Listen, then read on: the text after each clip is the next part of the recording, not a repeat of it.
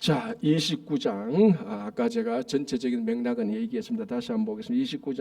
29장 35절 너는 내가 너에게 한 모든 명령대로 아론과 그의 아들들에게 그같이 하여 이레 동안 위임식을 행하라. 어제 제가 말씀드렸습니다. 대제사장이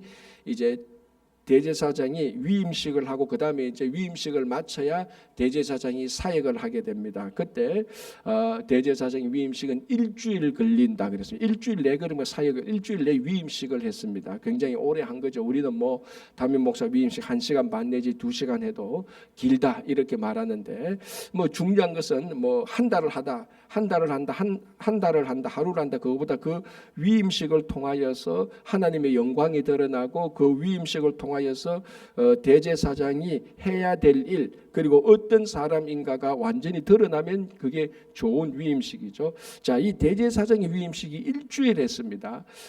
항상 말씀드리는 것은 우리 베드로전서 2장 9절 보면은 베드로 사도가 우리에게 왕 같은 제사장이라 너희들은 거룩한 족속이요 왕 같은 제사장이라 그랬습니다. 그러니까 우리가 어떤 사람인가 하면은 이 출애굽기 때 아론과 그 후손들이 제사장이 되는 것처럼 그런 제사장입니다. 자, 오늘 이 제사장의 우리 대제사장 또는 제사장의 복장을 따로 구별했고 이 사람들이 위임식 하는 것을 따로 설명할 정도로 이 제사장 또는 대제사장은 하나님 앞에서 가장 중요한 인물 중에 한 사람입니다. 그죠? 왕과 선지자, 제사장 세 인물 중에 한 사람이니까. 그런데 그렇게 중요한 제사장직을 우리들에게 맡겼었고 우리가 예수를 믿는 순간부터 우리를 왕 같은 제사장이다 이렇게 했기 때문에 이 제사장 위임식이 남의 이야기가 아니고 바로 우리 이야기다 이렇게 보면 되고요.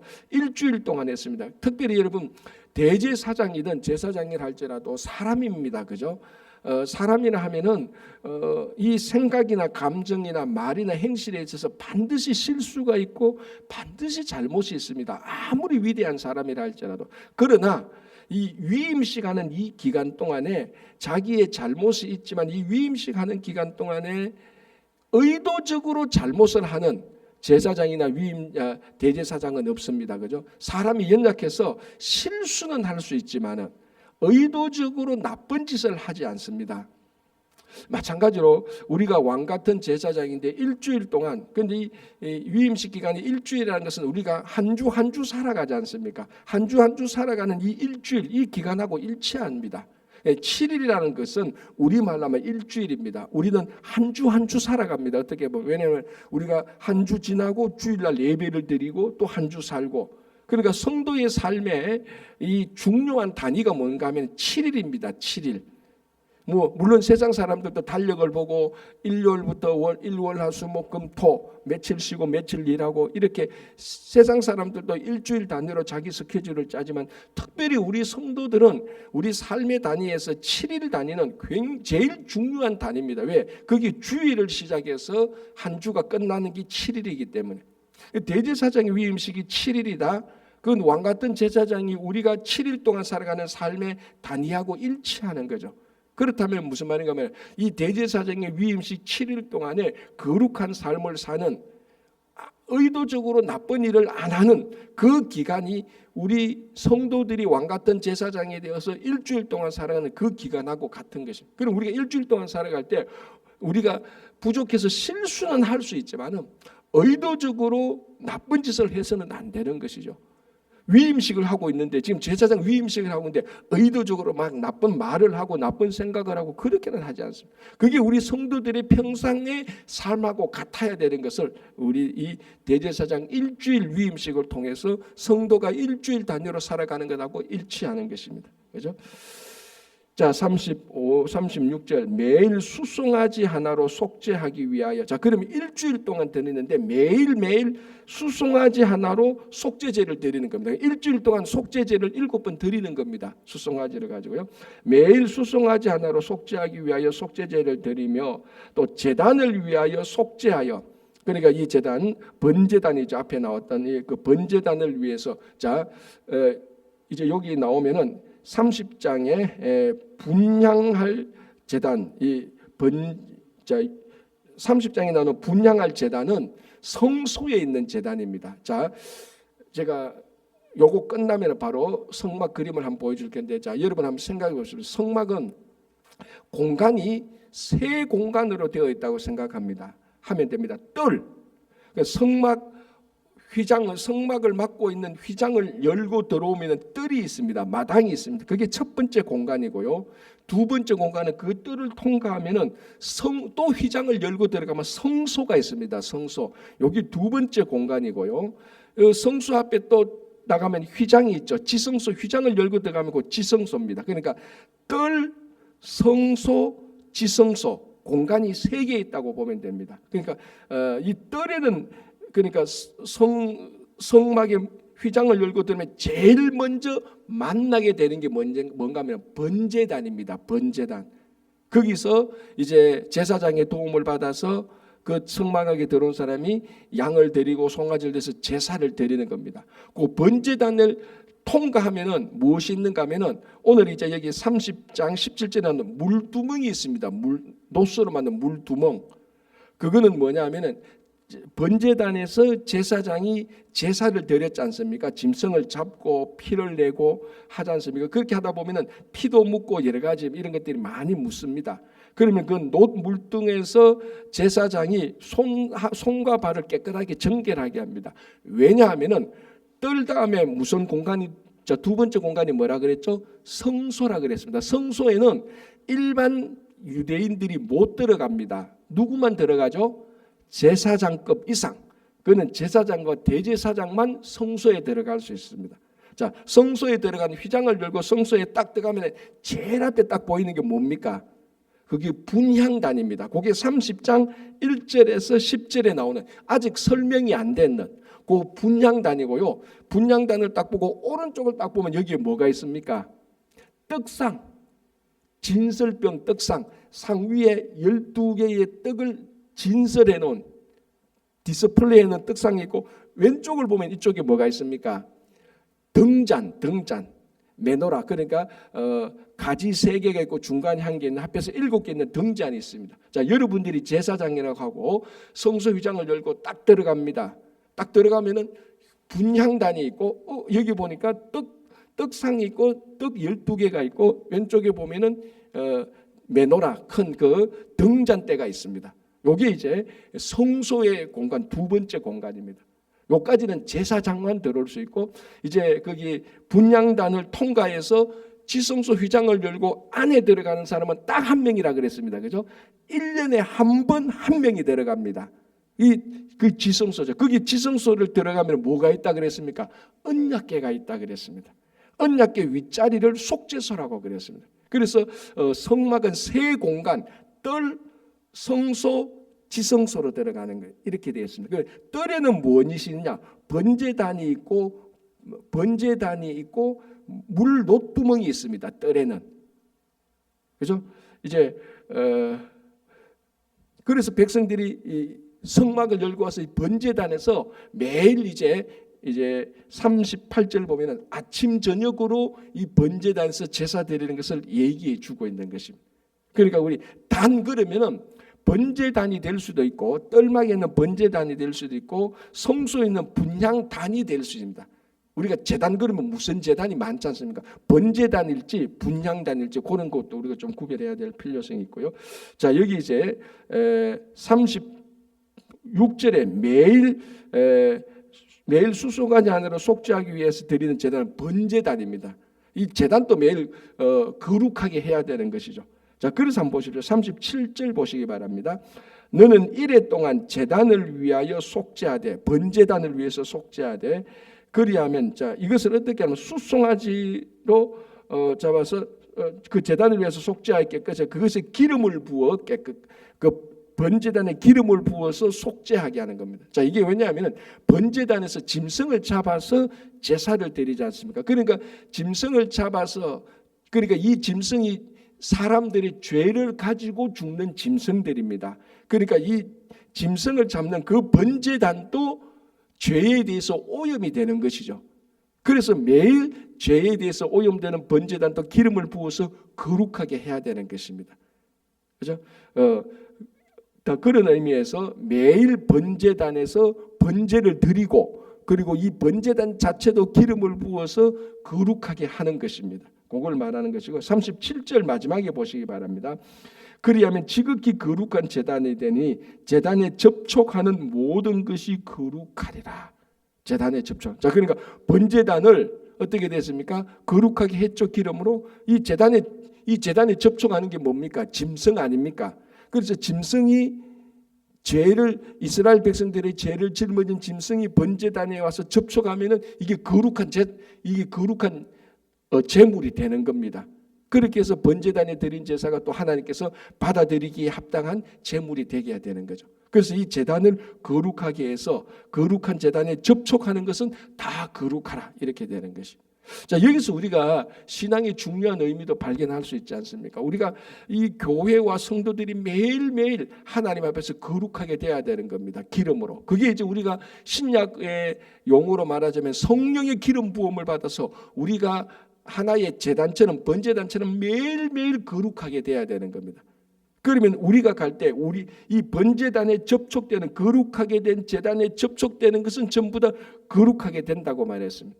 마찬가지로 성령의 기름 부음을 받아서 거룩하게 된 교회와 성도들에게 접촉하는 세상은 다 거룩하게 되는 것이죠. 그래서 우리에게 있어서 신약시대에서 우리가 성령의 기름 부음 받음이 얼마나 중요한지 모릅니다. 그래서 신약시대는 우리가 성령으로 사는 거죠. 우리의 영이 이제 더 이상 사람의 영이 아니고 성령의 인도하심을 받아서 살아가게 되는 것입니다. 그때 세상 사람들이 우리에게 접촉할 때, 세상 사람들이 우리와 만났을 때, 세상 사람들이 우리와 함께 얘기했을 때 그 사람들이 거룩한 우리에게 접촉했을 때 그 사람들이 거룩하게 돼야 되는 것입니다. 이게 지금 우리가 어떻게 보면 가장 중요하게 우리가 회복해야 될 거룩성 아닙니까? 교회와 성도의 거룩성. 그래서 세상에서 지치고 세상의 일을 하다가 타락하고 부패했던 사람들이 거룩한 교회에 와서 교회에 접촉해서 거룩하게 돼야 되는 겁니다. 그렇다면 제일 중요한 것은 교회와 성도가 매일매일 거룩하면서 살아가야 되는 겁니다.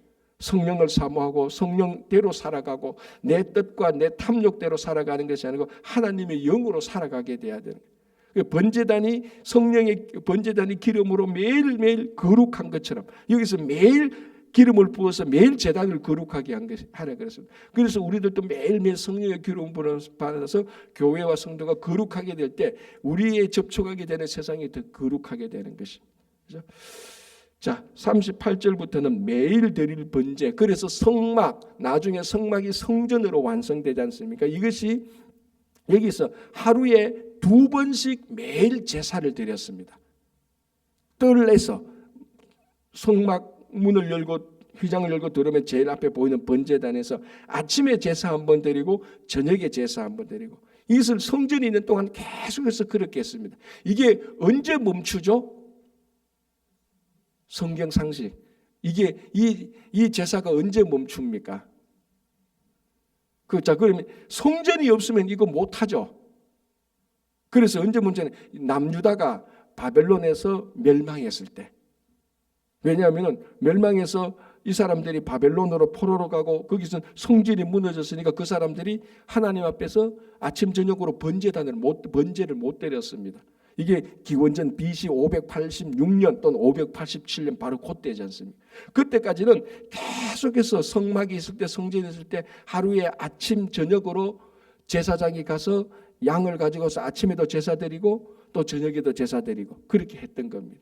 그렇죠? 그래서 여러분 보십시오. 이 이스라엘 백성들에게 있어서 성전이 무너졌다는 것은 우리가 주일 설교 한 몇 개월 전에 주일 설교 봤지만은 아부월 9일에 바벨론에 의하여서 성전이 완전히 무너졌습니다. 1차, 2차, 3차 무너졌습니다. 그러니까 성전이 무너졌다는 것은 건물이 무너졌다는 의미이기도 하지만은 더 중요한 것은 이제 거기서 드리는 제사를 못 드리게 되는 겁니다.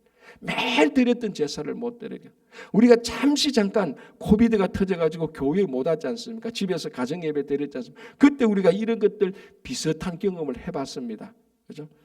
그래서 이제 38절에 자 이렇게 되어 있습니다. 너가 제단 위에 드릴 것은 이러하니라 매일 1년 된 어린 양 2마리니 매일 1년 된 어린 2마리를 잡아서 39절 한 어린 양은 아침에 드리고 한 어린 양은 저녁 때에 드릴지며. 그러니까 이 이스라엘 백성들이 얼마나 하나님께 제사 또는 우리말로 예배 드리는데 얼마나 중요하게 하나님께서 명령을 한 것인 줄 알 수 있습니다. 자, 아침 저녁으로 계속해서 제사를 드립니다.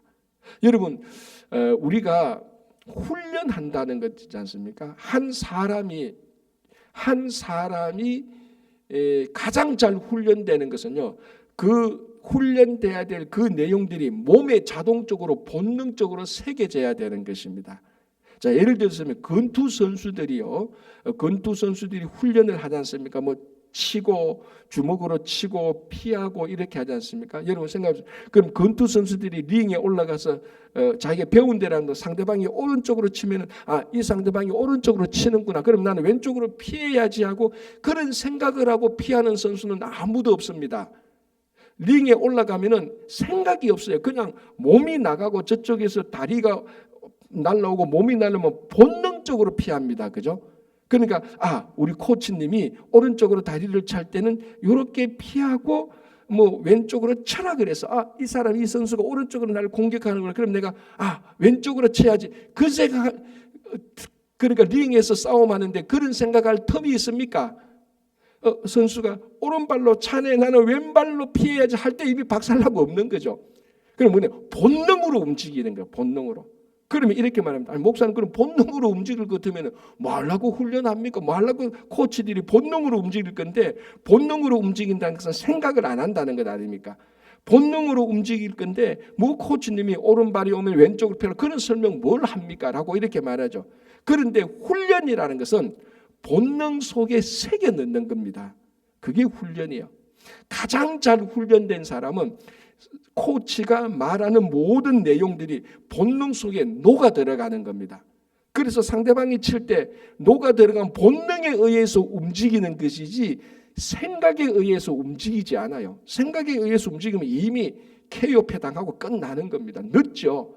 상대방이 친다거나 상대방이 이미 약간만 움직임만 있어도 본능적으로 나는 움직입니다. 반대로 본능이. 그러니까 훈련은 몸을 본능적으로 움직이도록 만드는 겁니다. 그래서 그 일이 이루어지지 않으면 몸이 찌부둥해야 되는 거예요. 자, 지금 제가 무슨 얘기를 하는가 하면 아침 저녁으로 이스라엘 백성들을 대표해서 성막에서 번제를 드린 겁니다. 이렇게 계속해서 하나님께서 이스라엘 백성들을 하나님께 예배드리는 이스라엘 백성으로 훈련을 시키는 거예요. 사실은 아침 저녁으로 매일 한 번도 빠지지 않고. 그리고 이제 좀 이따 나오지만 성소에 들어가면은 등잔과 분향단이 있다 그랬어요. 그러니까 떡이 있고 분향단에 향이 끊어져서는 안 돼요. 그리고 등불에 불이 꺼져서 됩니까? 안 됩니까? 안 되죠. 그러니까 아침 저녁으로 제사장이 성소에 들어가서 등불을 갈고 향을 계속해서 끊어지지 않도록 하루에 2번씩 들어가서 그것도 봐야 되는. 그러니까 성막을 세워놓고 매일 아침 저녁으로 번제단을 드리고 등불이 끊어지지 않고 그 등불이 꺼지지 않고 향이 끊어지지 않도록 해야 되는 겁니다. 계속해서 살아 있어야 되는. 그러면서 이스라엘 백성들이 그걸 보면서 매일 제사를 드리면서 자기들이 알게 모르게 본능적으로 이스라엘 백성들 공동체가 본능적으로 하나님께 예배드리는 민족으로 형성되어지는 겁니다. 그래서 여러분 가장 좋은 훈련은요 반복해서 계속 하는 거예요. 반복해서 계속. 그리고 그게 몸의 일부가 되어버리는 거예요. 생각하는 게 생각이 없습니다. 그냥 그게 자기 삶이 되는 겁니다. 그래서 좋은 권투 선수는 뭐냐? 그게 모든 훈련받은 게 몸에 다 배어 있어서 본능적으로 움직이는 겁니다. 생각으로 움직이면 다 늦어요. 좋은 성도는 뭐냐면 예배요 본능적으로 드리는 거예요. 사실은 주일날 예배 드려야 된다. 이거는 누가 생각하는 게 아니고 주일날 눈 뜨면은 그냥 몸이 자동으로 움직이듯이 주일날 와야 되는 거예요. 그런데 그걸 나쁜 게 그렇게 습관적으로 하느냐라고 하면 습관은요 인간이 해야 될 가장 중요한 일 중에 하나가 거룩한 습관을 몸에 새겨야 되는 겁니다. 거룩한 습관을. 그게 가장 성숙한 사람이에요. 그래서 우리가 복음서에도 보면 예수님도 새벽에 습관적으로 일어나서 기도 드렸던 겁니다. 그래서 아침 저녁으로 2번씩 여러분 매일 양을 잡아서 아침 저녁으로 양 잡아서 제사를 드려야 되는 거예요. 그리고 그게 반복되지 않습니까? 매일 반복되면서 이스라엘 백성들 공동체가 하나님께 예배드리는 것은 본능이에요. 민족의 본능이 하나님께 예배드리는 거예요. 그렇게 이렇게 훈련시켜서 가나안에 들어가면요. 왜 이게 가나안에 들어가면요. 전부 다 우상 섬기는 거예요. 그 우상 섬기는 사람들의 문화가 이스라엘 백성들보다 더 뛰어나거든. 그 문화가 더 뛰어난 우상 숭배를 섬기는 사람들 안에 들어가 가지고 하나님을 섬긴다는 게 절대로 쉽지 않습니다. 이게 본능에 배어 있지 않으면 안 되는 거예요. 그래서 이렇게 계속해서 예배로 훈련시키는. 자, 여러분들이 새벽에 나온 겁니다. 이 새벽에는요, 우리가 말씀도 하고 기도도 하고 이거 다 맞죠. 또 하나 맞는 게 뭡니까? 이게 오늘 또 한 번 새벽 기도에 우리가 본능적으로 훈련을 하고 있는 겁니다. 그래서 이스라엘 백성들이 하루 번제를 드려서, 그러니까 모든 제사의 가장 기본이 아침과 저녁에 드리는 번제 제사입니다. 그래서 우리가 한국말로 상번제라고 하면 항상 한다고 할 때 상번제, 항상 드리는 번제. 그래서 우리는요, 말씀과 기도를 상번제 하듯이 매일 해야 되는 겁니다. 이거 한 번 안 하면요, 몸이 이상해야 돼요. 왜? 이게 몸에 배어 있으니까. 그죠? 자, 그래서 38절 보겠습니다. 너가 제단 위에 드릴 것은 이러하니라. 매일 1년 된 어린 양 2마리니 한 어린 양은 아침에 드리고 한 어린 양은 저녁 때에 드릴지며 한 어린 양에 고운 밀가루 10분의 1 에바와 찌은 기름 4분의 1 흰을 더하고. 그러니까 이제 어린 양을 드릴 때 양만 드리는 것은 밀가루와 기름을 같이 어느 정도 여기 이제 단위가 나옵니다. 이 단위대로 해서 같이 드려라라고 말하는 것이죠. 포도주도 같이 드리는 거죠. 그러니까 양을 드리고 밀가루, 기름, 포도주 같이 드리는 겁니다. 41절 한 어린 양은 저녁 때에 드리며 아침에 한 것처럼 소제와 전제와 그것과 함께 드려 향기로운 냄새가 되게 하여 여호와께 화제로 삼을지니. 계속해서 반복되는 것은, 그럼 하나님께서 인간이 드리는 제사를 어떻게 받느냐, 이 번제 태워서 드리는 그 향기를 하나님께서 올려보내서 향기를 받는 거다. 그래서 이 향기가 이 연기가 향기로운 냄새가 되는 것입니다. 42절 이는 너희가 대대로 여호와 앞 회막문에서 드릴 번제는, 왜? 번제단이 회막문 열고 나면 바로 앞에 있으니까, 그죠? 그래서 회막문 앞에서 늘 보십시오. 늘 드릴 번제, 늘 항상 드릴 번제라. 내가 거기서 너희와 만나고 너희에게 말하리라. 그러니까 회막에서 하나님께서 번제단에서 번제를 드릴 때 하나님께서 이스라엘 백성들과 함께 만난다고 말했어요. 또 만나는 데가 어디 있죠? 속죄소. 속죄소 위에 하나님께서 대제사장을 이스라엘 백성들이 공동체로 만난다고 얘기했고, 여기서도 보니까 회막문에서 번제단을 드릴 때 하나님께서 거기서 너희와 함께 만나겠다. 그러니까 성막 또는 회막이라고 말하죠. 성막, 회막은 이 지구상에서 3,500년 전에 여호와 하나님이 이스라엘과 함께 하겠다는 명확한 표시였습니다. 그래서 이스라엘 백성들이 어디 가다가 성막을 봤다, 저기 하나님이 함께 하셔, 저기에 계시는 하나님이 오늘 나와 함께 하신다라는 그런 신앙의 의미와 확신을 주는 것입니다. 하나님께서 그걸 보이려고 성막을 만든 겁니다. 그러니까 성막과 함께 하듯이 내가 너희와 함께 한다 라는 하나님의 약속이 있는 것입니다. 그죠? 자, 43절 내가 거기서 이스라엘 자손을 만나려니 내 영광으로 말미암아 회막이 거룩하게 될지라. 자, 여기에 정말로 이제 우리 신앙의 본질이 있죠. 회막이 왜 거룩합니까? 기름을 많이 발라서 그렇습니까? 제사를 많이 드려서 그렇습니까? 거기에 우리가 기도를 많이 해서 그렇습니까? 왜 회막이 거룩합니까? 하나님의 영광이 나타났기 때문에 그렇습니다. 그러니까 우리가 거룩하게 되는 것은 내가 막 율법을 많이 알고 내가 성경을 많이 외우고 이거 다 좋습니다. 그러나 이걸로 인해서 내가 거룩하게 되어지지 않습니다. 우리가 근본적으로 거룩하게 되는 것은요, 하나님의 영광에 참여하게 될 때, 하나님의 영광이 내게 임하게 될 때 하나님이 나를 거룩하게 하는 것이지 내가 나를 거룩하게 하는 건 아닙니다. 이게 참 중요한 것이죠. 그래서 우리가 늘 하나님의 은혜에 감사하는 것입니다. 우리가 우리 된 것은 우리가 노력과 업적으로 우리 된 거 아닙니다. 전부 다 하나님의 은혜입니다. 그래 그걸 진짜로 고백하게 될 때 우리가 겸손하게 되고요. 하나님의 은혜에 감사하게 되는 겁니다. 이걸 뼈저리게 알면 알수록 감사와 겸손이 넘치는 겁니다. 우리에게. 그래서 내 영광, 하나님의 영광으로 말미암아 회막이 거룩하게 될 것이다. 당연히 아침 저녁으로 제사 드려야 돼요. 그러나 그 자체로 하나님을 거룩하게 하지 못합니다. 인간이, 죄인된 인간이 하는 어떤 것을 통해서 하나님에게 거룩에 0.001도 영향을 못 미쳐요. 그러나 아무리 추악한 인간이라 할지라도 하나님의 영광이 나타나면 그건 거룩하게 되는 겁니다. 그렇죠?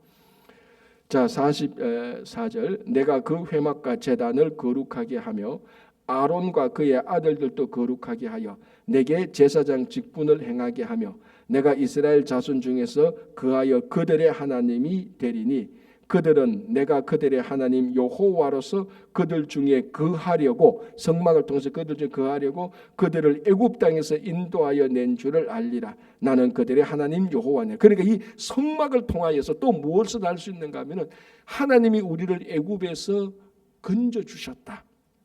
그리고 건져 주셔서 그 광야에서 성막을 세우게 하시고 우리로 하여금 하나님을 예배드리게 하셨다. 우리가 애굽에서는 하나님을 예배드리지도 못했는데 그래서 광야에 나와서 이 성막을 만들어서 하나님께 예배드리게 했다. 이것이 가장 큰 은혜입니다, 여러분. 성도들의 가장 큰 은혜가 뭡니까? 내가 잘되고 우리 자녀가 출세하고 성공하고 미국 와서 흔히 하는 말로 아메리카 드림을 이루고 이거 다 중요하고 좋죠. 그러나 가장 큰 은혜가 뭡니까? 우리가 한평생 살아가면서 하나님께 마음대로 예배드릴 수 있었다는 것. 이게 가장 큰 은혜입니다. 이게 가장 우리한테 기쁨이고 가장 큰 즐거움입니다. 자, 오늘 올 한 해 동안에 우리가 살아가면서 지금 연초에 다시 한번 지나온 세월 동안에 하나님께 예배드렸던 것을 감사하고 그 예배드렸던 습관으로 인해서 내 몸속에 그런 거룩한 습관이 좀 배어 있구나. 이것도 감사하고요. 올 한 해 동안 정말 하나님께 예배드려서 그 예배의 은혜를 누리시는 여러분 되시기를 간절히 바랍니다. 기도하겠습니다.